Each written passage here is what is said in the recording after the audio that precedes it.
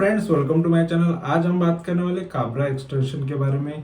ये स्टॉक देखो, मैंने लिया था तब मैंने इसके बारे में टेलीग्राम पे बता दिया था। अभी मैं इसको बेच चुका हूँ और कितने पे बेचा हूँ उसका मैंने अपडेट टेलीग्राम पे वो भी दे दिया था।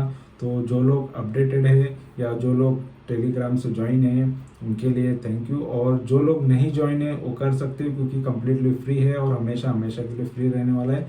क्योंकि जस्ट मुझे मेरी जर्नी आपको बतानी है कि किस तरीके से मैं स्टॉक लेता हूँ, कौन से स्टॉक लेता हूँ और कहाँ पर ये इन्वेस्ट करके फिर उसमें से कितना प्रॉफिट लेता हूँ। तो परसेंटेज ही बताऊँगा, तो टेंशन मत लेना कि कहीं पर भी आपको गलत तरीके से आपको अट्रैक्ट करने की कोई कोशिश नहीं है। सिर्फ और सिर्फ मेरे परसेंटेज बताता हूँ कि इतने प्रतिशत मैंने प्रॉफिट लिए और कितने सारे शेयर्स में से प्रॉफिट लिए। इसके रिकॉर्ड्स मेरे वीडियोस में आपको मिल जाएंगे, मेरे यूट्यूब चैनल पे मिल जाएंगे।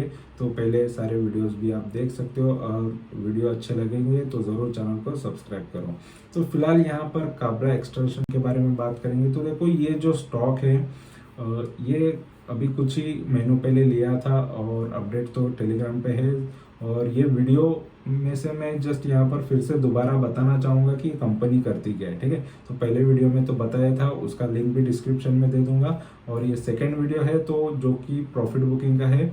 और फिलहाल इसके फंडामेंटल भी देखेंगे, हम बैलेंस शीट देखेंगे, सब कुछ यहाँ पर देखने वाले ये वीडियो में। तो फिलहाल यहाँ पर देखते हैं। तो देखो, ये जो काबरा एक्सटेंशन टेक्निक, ये कंपनी का पूरा नाम है।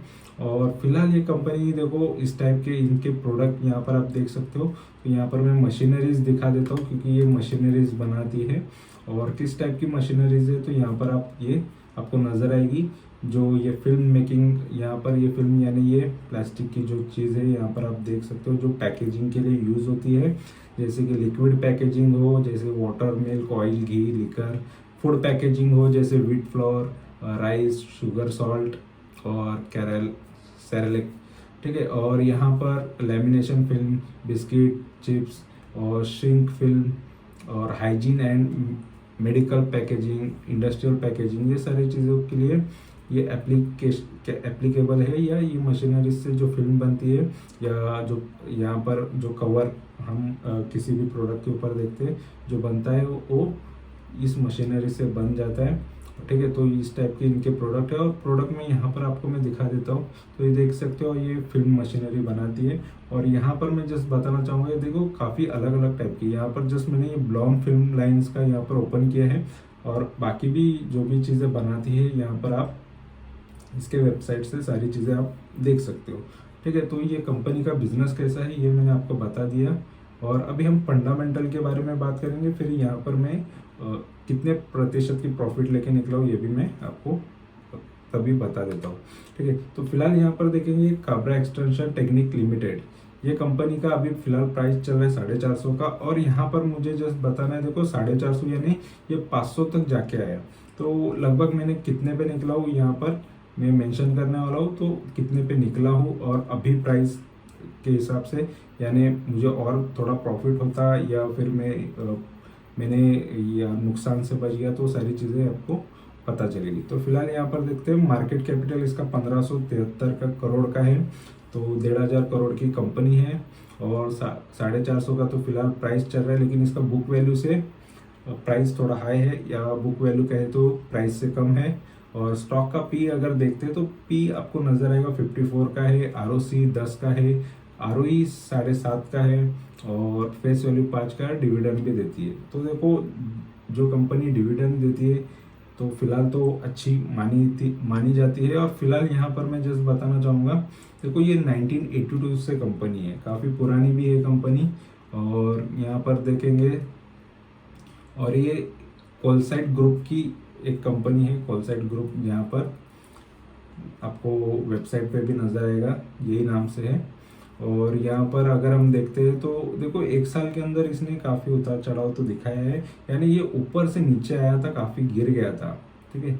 काबरा एक्सटेंशन 294 तक गया था, फिर वहाँ से जो अच्छा खासा मूवमेंट दिया तो 294 से लगभग इसने 200 पॉइंट के तो आपको मूवमेंट दी है, काफ़ी बड़ी मूवमेंट दी है, अच्छा खासा प्रॉफिट इसने दिया है। तो वही प्रॉफिट में मैं निकला हूँ, ठीक है। तो लगभग कितने प्रतिशत निकले हैं यहाँ पर मैं जस्ट बताना चाहूँगा, ठीक है, तो तुरंत मैं बता देता हूँ। ऑलरेडी मैं कभी भी लास्ट में बताता हूँ, लेकिन फिर भी मैं अभी आपको बता देता हूँ। तो फिलहाल यहाँ पर मैंने 436 के भाव पे निकला था, और कौन से डेट को, तो 27 अगस्त को। तो वीडियो लेट आता है क्योंकि जैसे मुझे टाइम मिले उस हिसाब से मैं वीडियो निकालता हूँ। तो फिलहाल यहाँ पर देखेंगे 27 अगस्त के दिन पे जब इसका भाव यहाँ पर देख सकते हो, ये यहाँ पर ये जब ये 436 के भी भाव पे आया था, तो यहाँ पर एक हाई 436 का भी था, तब मैं यहाँ से निकला हूँ, और इसका स्क्रीनशॉट में आपको यहाँ पर दिखा दूंगा। ठीक है, तो और उसके बाद यहाँ पर ये स्टॉक थोड़ा गिरा, ठीक है, नीचे आया था, देखो मतलब मेरे भाव से काफ़ी नीचे आया था, तो मेरा टाइमिंग सही था निकलने का। फिर उसके बाद देखो मार्केट में अप डाउन होते, फिर से ये फिर से बढ़ा, जिसने वो डाउन पे फिर से खरीदा उसके लिए फिर से बेनिफिट दिया, प्रॉफिट दिया। फिर से जिसने हाई पे बेचा उसके बाद फिर से किसी और ने नीचे पे खरीदा उसको प्रॉफिट होगा, या जिसने हाई पे खरीदा उसको नुकसान होगा। तो ये चीज़ें चलती रहती है ट्रेडिंग के, इसीलिए मैंने इसको ट्रेड किया है। ठीक है, तो जस्ट ट्रेडिंग के लिए लिया था, यहाँ पर इन्वेस्टमेंट लॉन्ग टर्म के लिए नहीं लिया था, क्योंकि इसमें मुझे ट्रेडिंग की ही अपॉर्चुनिटी नज़र आ रही थी इसलिए। और 3 साल की बात करते हैं तो देखो 3 साल में ये स्टॉक उसी तरीके से मूवमेंट कर रहा है, यानी 200-250 रुपये का होता है, फिर वहाँ से 500-550 जाता है, फिर डाउन आता है, फिर से अप जाता है, फिर डाउन आता है। तो इसी तरीके का ये मूवमेंट दिखाते आया है। और 5 साल की भी बात करते हैं तो देखो 5 साल में भी ये स्टॉक अगर देखते हैं तो 69 रुपीज़ से कहाँ तक गया था, देखो लगभग ये 550 हुआ, फिर 500 से फिर से डाउन आया, फिर अप गया। तो ये चीज़ें चलती आई है ये स्टॉक के अंदर। लेकिन देखो फिर भी 10 साल से अगर आप इन्वेस्टेड रहते हैं, यानी लगभग 2014 से ये 65 रुपीज़ का शेयर काफ़ी ऊपर भी गया था। ठीक है, लगभग यानी डबल टेबल रिटर्न दिए थे, लेकिन फिर से ये डाउन आया था। तो ये चीज़ें क्यों हुई है, तो इसके फंडामेंटल भी हम नज़र डालेंगे कि फंडामेंटल पे ही डिपेंड होता है कि कभी कभी सेल्स काफ़ी अच्छे बढ़ते हैं, काफ़ी अच्छे से रिटर्न उसी वजह से बनते हैं। और यहाँ पर देखेंगे मैक्स में, तो मैक्स में 14 रुपये का स्टॉक हुआ करता था। 14 रुपये से ये स्टॉक यहाँ पर हमको नजर आएगा 14 से मल्टीबैगर होता हुआ दिख रहा है। ठीक है, यानी ये लगभग 500 रुपये तक गया था 14 का स्टॉक, 550 के भी ऊपर है ये, 600 रुपये का यहाँ पर आपको हाई नज़र आ रहा है। तो 600 रुपये के भी ऊपर ये स्टॉक जाके इसने अच्छे खासे रिटर्न दिए हैं। और अगर हम देखते हैं इसमें पॉजिटिव नेगेटिव चीज़ें क्या है, तो लगभग यहाँ पर पॉजिटिव चीज़ है कि कंपनी हेल्दी डिविडेंड भी देती है। कंपनी का यहाँ पर बुक वैल्यू देखा जाए तो ये एक नेगेटिव पॉइंट है जो कि कम है जैसे मैंने कहा। और यहाँ पर कंपनी का आरओई भी थोड़ा यहाँ पर हमको कम नज़र आ रहा है। पीयर कंपैरिजन में सारी कंपनी इंजीनियर कंपनी है अलग अलग टाइप की, तो जिसके अंदर अलग अलग कंपनीज के नाम यहाँ पर आपको नजर आएंगे। इसका मार्केट कैपिटल कम होने की वजह से ये आपको एंडिंग में इसका नाम नजर आएगा।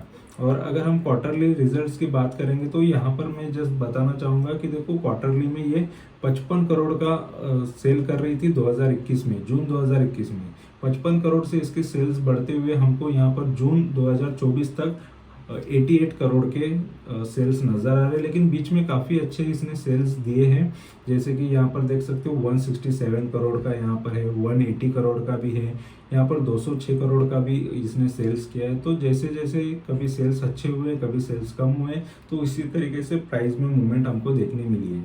और अगर हम नेट प्रॉफिट देखते हैं तो 3 करोड़ से लेके कंपनी का नेट प्रॉफिट यहाँ पर हमको नज़र आ रहा है। 11-12 करोड़ का भी हुआ था, 12 करोड़ के भी ऊपर जाके 17 करोड़ का भी प्रॉफिट किया है। फिलहाल अभी 2-2.5 करोड़ का प्रॉफिट है। तो यही चीज़ें शेयर को ऊपर और नीचे गिराती है, कभी बढ़ाती है। तो प्रॉफिट एंड लॉस की बात करते हैं तो देखो 2013 से लेके 2024 की बात करेंगे तो 180 करोड़ से लेके यहाँ पर 608 करोड़ तक कंपनी का यहाँ पर सेल्स हमको नज़र आ रहा है। और प्रॉफिट की बात करेंगे तो देखो नेट प्रॉफिट यहाँ पर 11 करोड़ से लेके 32 करोड़ तक का हमको प्रॉफिट नज़र आ रहा है।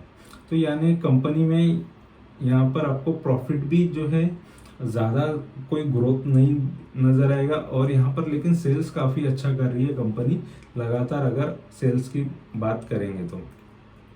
स्टॉक का CAGR की बात करते हैं तो 10 साल से अगर कोई भी ये स्टॉक में इन्वेस्टेड होता तो 21% सालाना रिटर्न मिलते, जो कि काफ़ी अच्छे हैं। और 5 साल से जो भी इसके अंदर इन्वेस्ट करता है उसको 46% सालाना रिटर्न मिलते हैं, वो भी काफ़ी बेहतर है, डबल है यहाँ से। और अगर हम 3 साल की बात करते तो लगभग 23% के सालाना ये रिटर्न देता, तो ये भी चीज़ अच्छी है। और 1 साल में इसने जस्ट 1% का रिटर्न दिया है अगर हम इसके प्राइस के हिसाब से देखेंगे तो। बैलेंस शीट में देखेंगे तो यहाँ पर आपको नजर आएगा ये कंपनी का जो रिजर्व है तो काफ़ी अच्छा यहाँ पर बढ़ता हुआ नजर आ रहा है, और जो लोन है काफ़ी कम है, फिलहाल बोरोविंग 86 करोड़ की है। ठीक है, तो मैनेजेबल है बोरोविंग, जो लोन है कंपनी पर वो मैनेज कर सकते हैं। और यहाँ पर हम अगर देखेंगे शेयर होल्डिंग पैटर्न की बात करेंगे तो देखो मेजोरिटी शेयर प्रमोटर के पास है, 60% तो प्रमोटर के पास होल्डिंग है। और अगर हम फॉरेन के इन्वेस्टर की भी बात करते हैं तो उन्होंने भी 3-3.5% की होल्डिंग रखी है, यानी ये स्टॉक अच्छा है इस वजह से। लेकिन इसके अंदर म्यूचुअल फंड या कोई बड़े इन्वेस्टर इंडिया के हमको नजर नहीं आ रहे, लेकिन पब्लिक का यहाँ पर हमको होल्डिंग नजर आ रही है जो है 36% की। ठीक है, तो फिलहाल यहाँ पर मेजोरिटी स्टॉक प्रोमोटर के होने की वजह से ये स्टॉक या ये कंपनी मुझे फिलहाल सही नज़र आ रही है। और फॉरेन के इन्वेस्टर का भी यहाँ पर इन्वेस्टमेंट होने की वजह से ये स्टॉक भी सही है, और इसके CAGR भी अच्छे दे रही है, तो ये फिर भी ये सही है। इसका बिजनेस भी देखेंगे तो कुछ अलग है, यूनिक है जो ये इसके प्रोडक्ट बनाती है। फिलहाल यहाँ पर प्रॉफिट्स के अंदर उतार चढ़ाव हमको हमेशा नज़र आ रहा था, इस वजह से ये शेयर भी अप डाउन काफ़ी करता है। लेकिन देखो इसी तरीके से कोई कोई स्टॉक ग्रो करते हैं, सडनली ग्रो नहीं होता है या एक ही स्पीड में नहीं चलते, तो कभी अप एंड डाउन होते हैं, तो इसमें थोड़े ज़्यादा है, इसलिए इसमें मैंने ट्रेड करके निकला हूँ। ठीक है, और फिलहाल इसको मैंने जस्ट ट्रेडिंग पर्पज से लिया था, इसलिए ये इसके अंदर मेरी जो ट्रेडिंग हुई है उसके बारे में मैंने आपको इन्फॉर्मेशन दी है।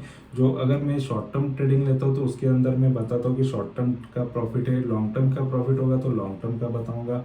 और यहाँ पर प्रतिशत कितने लिए, कितने परसेंट के यहाँ पर प्रॉफिट लिए, तो लगभग मैंने इसमें 21% के प्रॉफिट लिए, जो कि मेरा मिनिमम प्रॉफिट होता है कि मैं सोचता हूँ कोई भी कंपनी के अंदर जस्ट मिनिमम 21% प्रॉफिट लूँ, क्योंकि ये FD से भी बेटर रिटर्न है, बाकी कोई भी इन्वेस्टमेंट से बेटर रिटर्न मुझे ये नज़र आते हैं। अगर ये 2 महीने में, 3 महीने में, 4 महीने में भी रिटर्न मिलते हैं तो ये मेरे लिए काफ़ी अच्छे होते हैं, क्योंकि इसके अंदर इन्वेस्टमेंट काफ़ी अच्छा होता है इस वजह से। तो ये वीडियो अच्छा लगा, इन्फॉर्मेशन अच्छी लगी है तो ज़रूर चैनल को सब्सक्राइब करो, लाइक करो, कमेंट करो, दोस्तों के साथ शेयर करो। Thank you very much for watching my video. Thank you, bye bye.